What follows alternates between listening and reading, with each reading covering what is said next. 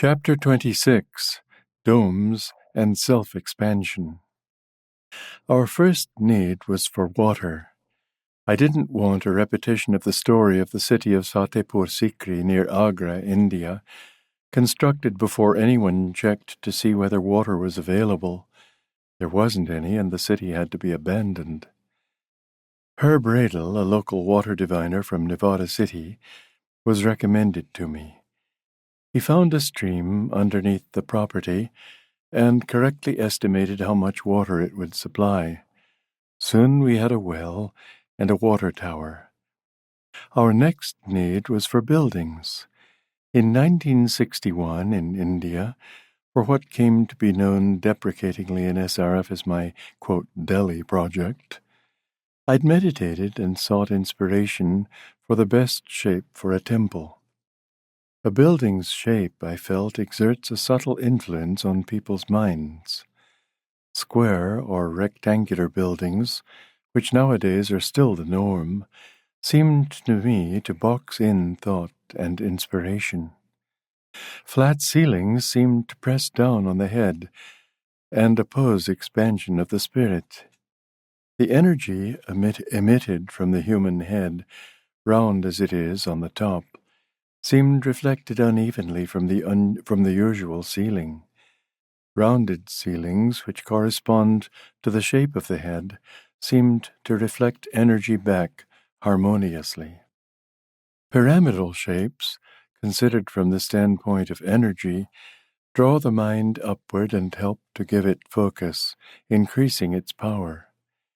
Years later, I was fascinated to learn that razor blades retain their sharpness longer if they are kept in pyramidal containers. Much information has come out more recently on the energizing influence of pyramids. When I visited Egypt and meditated in the pyramids, I vividly sensed their spiritual power. It seemed to me, however, that for meditation the ideal form is the dome. I'd seen domed cathedrals, but always those domes were high up, as if to suggest heaven, not the sky of our earth. Their very loftiness implied a future beatitude and peace, far removed from the sweat and strain of earth life. A dome would be ideal, I thought, if it came down on all sides like the sky to eye level. In San Francisco, years after my Delhi project, I visited the Morrison Planetarium in Golden Gate Park. While waiting for the show to begin, I was happily enjoying the peaceful atmosphere when suddenly a group of about 30 school children rushed in and arranged themselves in the seats all around me, squirming and giggling. I was entertaining thoughts of moving when I noticed that the children, one by one, stopped squirming and were becoming silent. It seemed to me, indeed, that the shape of the dome was inducing their stillness. I was glad to remain where I was. As a further comment on the influence of the shapes of buildings, during my months in Arizona, a friend recommended a book to me by Joseph Epes Brown, which described the philosophy and worldview of the Sioux Indians. I was amazed to see how closely their view corresponded to the cosmic vision of the ancient seers of India. I was struck also by the emphasis placed by the Sioux on living in harmony with the world around them. This emphasis stood in marked contrast to their reputedly warlike nature. Yet, in fact, by defending their land against foreign invasion, they were acting in accordance with teachings in the Indian scriptures also. The Bhagavad Gita says it is righteous to fight in self-defense. The Sioux built teepees to correspond with the round horizon. The steep height of their teepees had something of the soaring quality of the Egyptian pyramids, and the openings faced east, whence, they claimed, all good things come. How similar this idea, too, to the teaching of yogis that one should meditate facing east, to harmonize oneself with earth-circling energies of spiritual awakening and wisdom.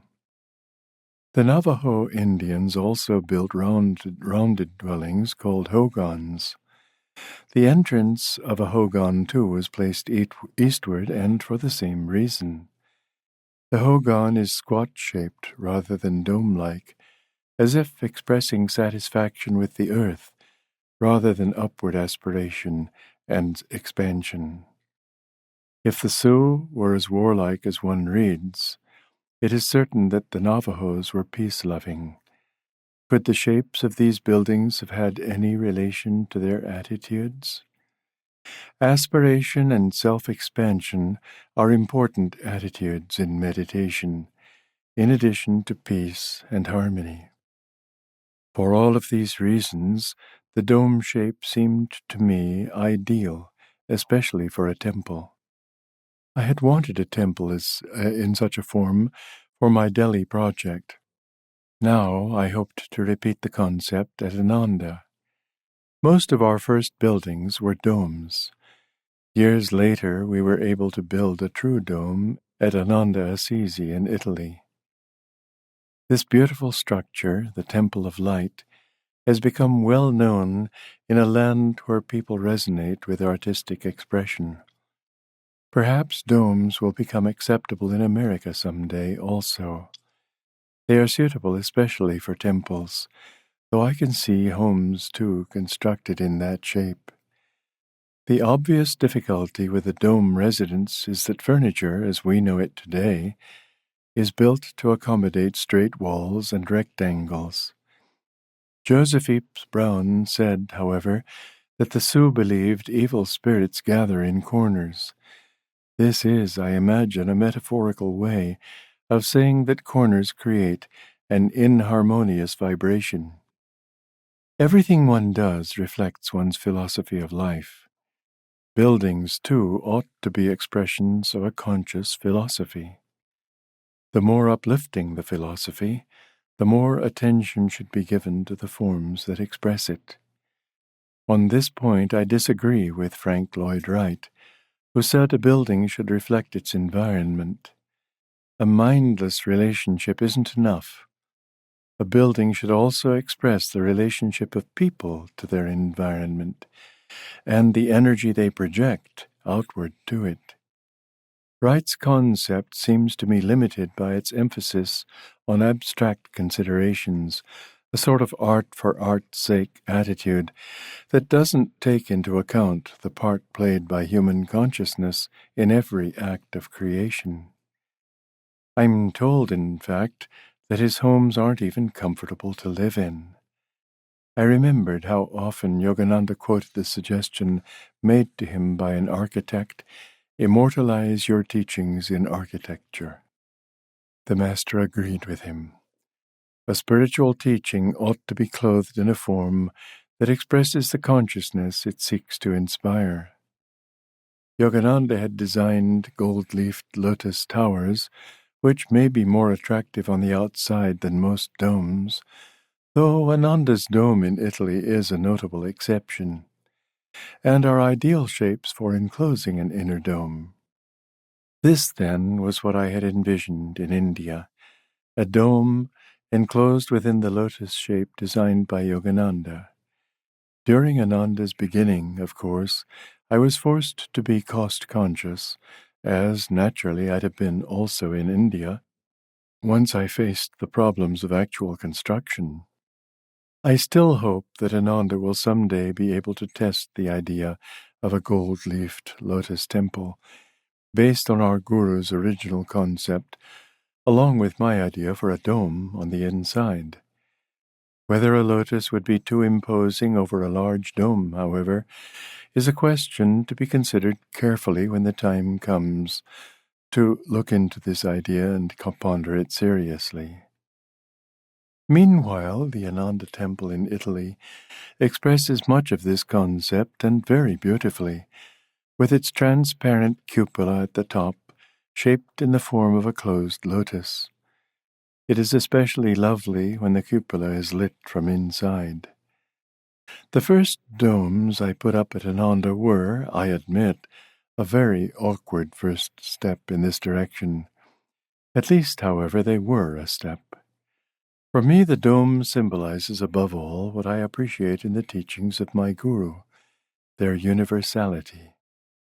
When certain of the nuns at Mount Washington tried to persuade Rajarshi Janakananda, SRF's second president after Yogananda, that the master had wanted his organization established along more sectarian lines, Rajarshi replied with a hint of distress, the only such hint that I ever heard from him.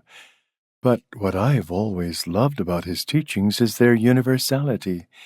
I've liked the way he embraced all religions as one in God. The nuns, however, insisted that Master had decided at the end of his life to change all that. Rajarshi, perhaps realizing how things would go anyway, evidently decided to give harmony among the disciples top priority. Therefore, he said nothing further. I was present on that occasion, however, and felt that the nuns had taken something that I knew Master had actually said, but had gone beyond his intentions. What they insisted on reflected, rather, a personal bias.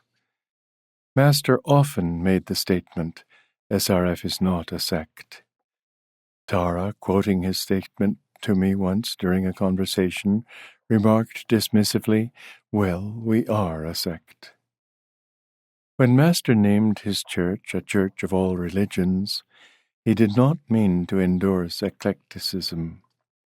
Rather, his wish was to stress the oneness of truth, based on the universal ideal of self-realization in God. Unfortunately, that name was dropped in time as sectarianism became increasingly emphasized. Paramahansa Yogananda once told Dr. Lewis, his first Kriya Yoga disciple in America, remember, Doctor, no matter what you or I do, this work will follow a certain pattern ordained by God. He must have been referring to mass karma. Master himself, in letters to Rajarshi, had expressed dissatisfaction with the way things were going. In one letter, he questioned whether it wouldn't be better simply to raise the organization and start over. Of course, he ended, it's too late for that now. In another letter he wrote, they will have to go their way, and I will go mine. To Dayamata he once exclaimed, how you all will change the work after I am gone. I just wonder if I were to return in 100 years, if I'd even recognize it. He stressed to Daya, however, the one thing that could prevent his organization from going the way of so many other religious works. After I am gone, he said, only love can take my place. I quote his statement a little sadly, for it was not with love that I myself was treated. Other disciples, too, have been treated harshly, though none of them perhaps so ruthlessly as I. I do not want to belabor the personal aspect of this matter. Deep and important issues are at stake.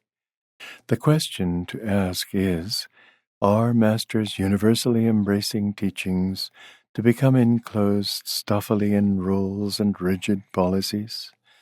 Can it be true, as many SRF monastics actually believe, that Paramahansa Yogananda expected his organization to replace the Catholic Church? That thought seems preposterous.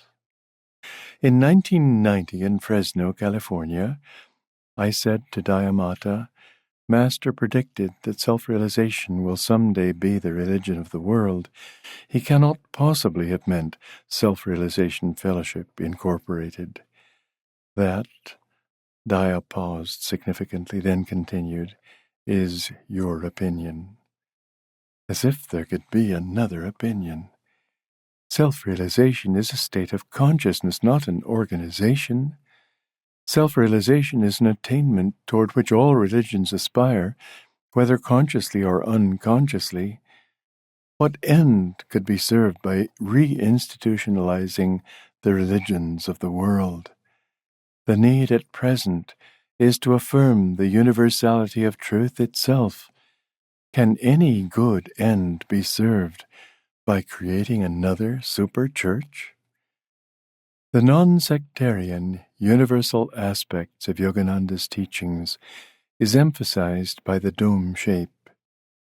The temple I wanted to build at Ananda was intended primarily as an expression of this ideal. Its raison d'être, therefore, was more than aesthetic. I saw it as a form of architecture for the future, but also as an expression of the philosophy I believe humanity will embrace in the future. Symbolically, however, Ananda's domes were destined to have to struggle for a place in the sun. Ananda itself has faced, and I suppose will continue to face, the opposition humanity reserves for new concepts. It seems strange that this should be so, for Ananda is based on communitarian principles that were established long ago in India and also in America by the early Pilgrim Fathers. Partly because I dedicated Ananda to a universal truth and to a system of belief different in some respects from the evolving policies at Mount Washington, the community has been treated also as a threat by SRF. They are convinced that they own the teachings of our Guru. I'd seen a fiercely protective expression in Dayamata's eyes years earlier when Mount Washington Estates was threatened by fire.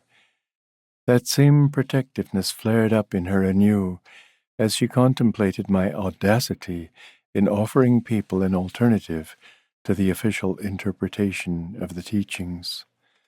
Who was I, she and all of them demanded, to think for myself? It was precisely this independence that they'd found so outrageous in me years earlier. It was not, however, that I was independent in the sense of wanting to think differently from them, far from it. But I felt that I had to be true to my own understanding. How, otherwise, could anyone grow spiritually? In their eyes, however, since I'd been a disciple, quote, only 3.5 years, what was I but an interloper? This thought is one they have often reiterated.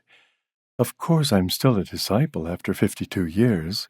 I might have quoted back to them Yogananda's own oft-repeated statement that length of discipleship is not the determining factor in questions of spiritual merit.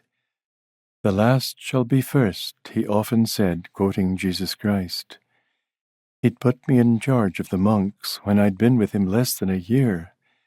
He'd told me, you have a great work to do, Walter, when I'd been with him very little over a year.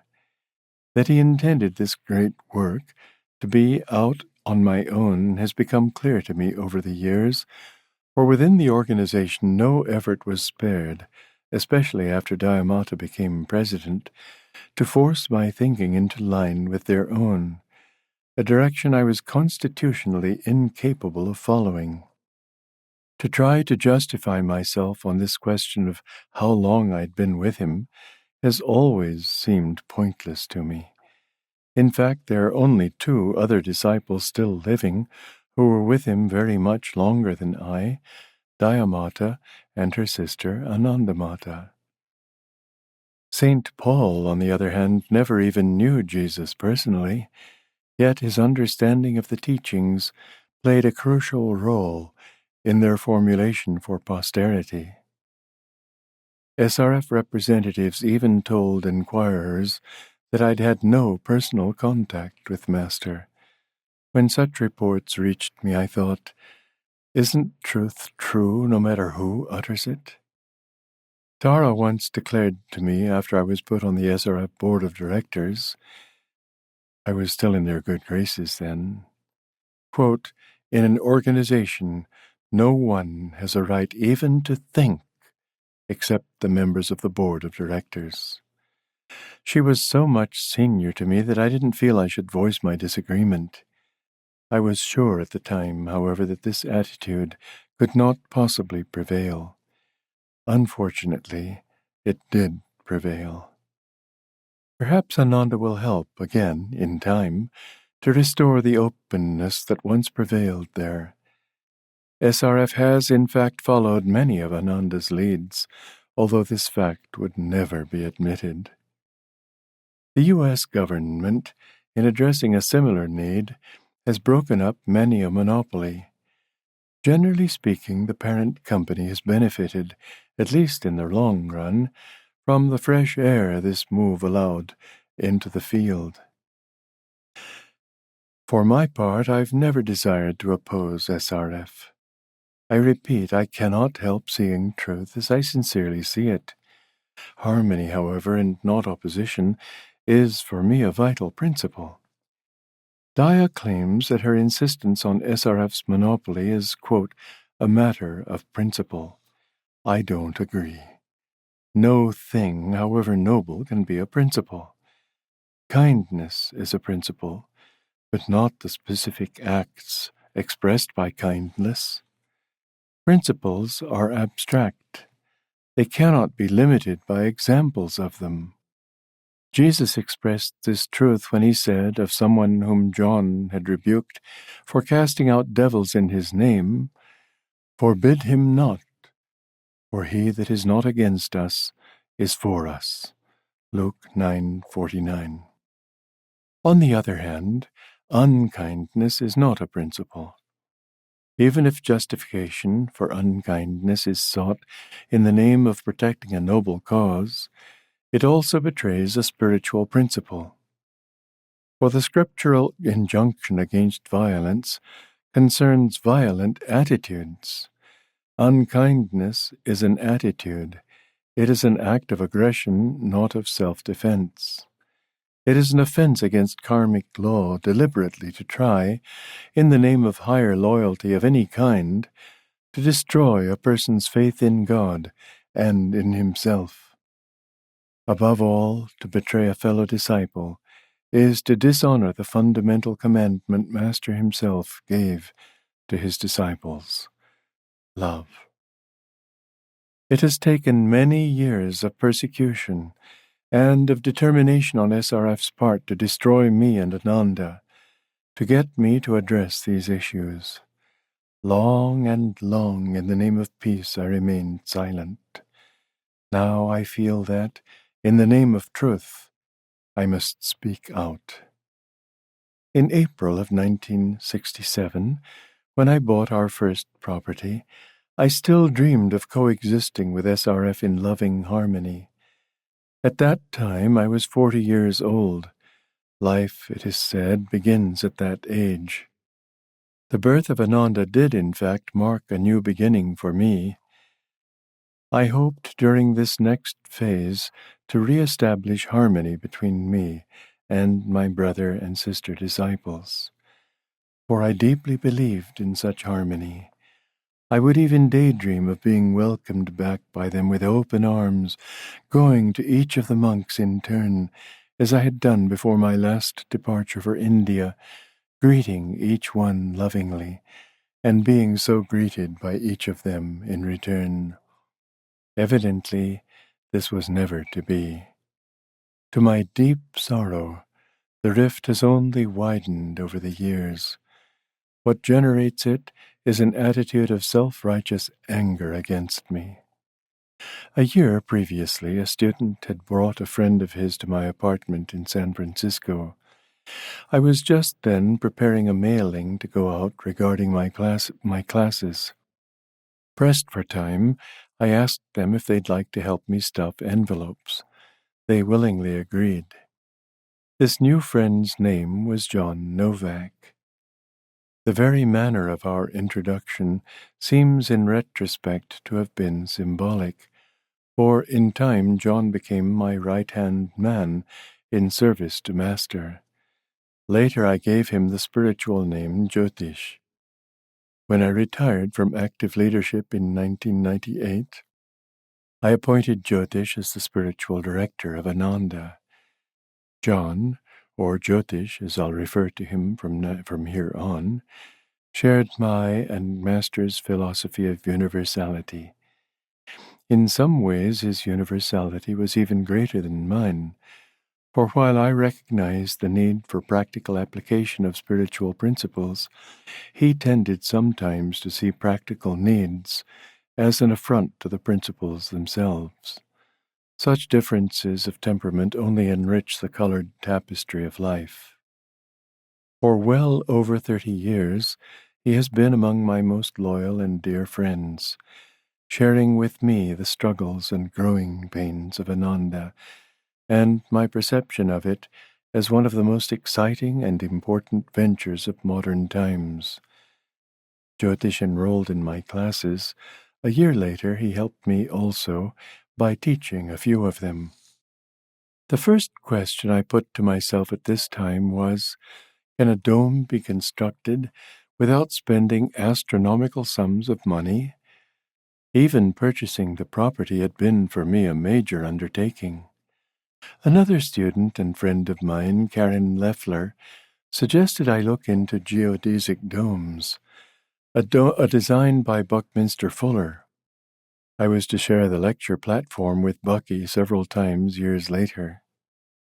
Karen and I drove to a site in Marin County, north of San Francisco, where she'd seen one of these geodesic domes. Aesthetically and philosophically, I found it rather a disappointment. Still, it was a dome, and didn't look all that expensive to construct. Buckminster Fuller's design required the binding of flat triangles together in such a way as to present the illusion of a hemisphere. The building was sturdy, indeed it was an engineering marvel. What I didn't so much like about it was that it attempted to achieve roundness by means of straight lines and flat planes. This seemed to me an aesthetic contradiction. Still, given my perennially underfed bank account, I recognized the need for compromise. With Karen Leffler's assistance, I located a company that made and sold geodesic domes. They were tool designers, not artists, and their structures rather resembled toadstools in a book of nursery rhymes. It was far from what I really wanted. In fact, I decided those domes represented just too much of a compromise. In the end, however, I had to go back to them. Another friend of mine, Charles Tart, a professor at UC Davis, showed me a geodesic dome he'd been constructing in his backyard. Sun Dome, this structure was named. He'd taken the idea from an article in Popular Mechanics, as I recall. Inexpensive and easy for amateurs like me to construct, it offered a ray of hope where so far I'd seen none. I grasped at it as eagerly as a drowning man at a straw, and, alas, as unadvisedly. Easy the sun dome may have been to construct, but cutting 1 by 1 inch struts to the correct angle, assembling them into triangles, then covering them with plastic, took months of labor. Having waited years, I was determined to build my retreat that year, if possible. Jyotish helped me. So did a number of other friends. Jyotish also filled in for me by teaching occasional classes when work at Ananda kept me from returning to San Francisco. Pat Kutzner, my secretary at that time, wrote to me in exasperation, "Am I to resign myself to an attitude on your part of total irresponsibility?" She hadn't bargained for Ananda when signing on to help with my correspondence. In time, in fact, Ananda ended up exasperating her so much that she did literally resign. I had an interesting experience one day concerning the efficacy of Yogananda's energization exercises. I was stapling plastic sheets to their triangular frames. The staple gun was stiff and was, besides, large for my hands, which are small. My shoe size might be described as an Oriental 5.5. A woman working with me needed both hands to make the staple gun work at all.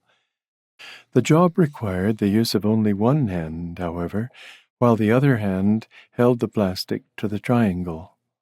I had driven in about 500 staples when, all at once, it seemed to me I would not be able to squeeze out even one more.